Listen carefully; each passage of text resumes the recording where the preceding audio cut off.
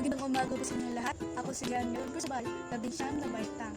Ako ay isang estudyante sa Djangas North High School sa General Santos. At ngayong araw na ito ay tatalakayin ko po ang bagong taon. Pagkatapos ng Enero ay walang bago, pero pagdating ng Pasko, ninanabik ang mga tao. Masasaya ang lahat, pero huwag kayong mangarap. Dahil darating din ang bagong taon na bumabalik sa normal ang mga tao. Pero kung ako ang pagpipiliin, mas masaya kung may kasama.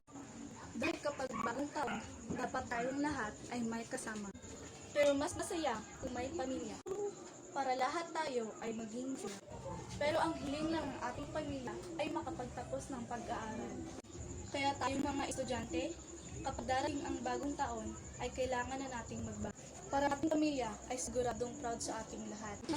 Ang bagong taon ang pinakamahalagang araw sa buong mundo.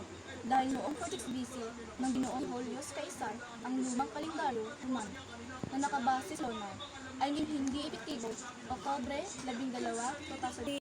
At yun lang po. Salamat.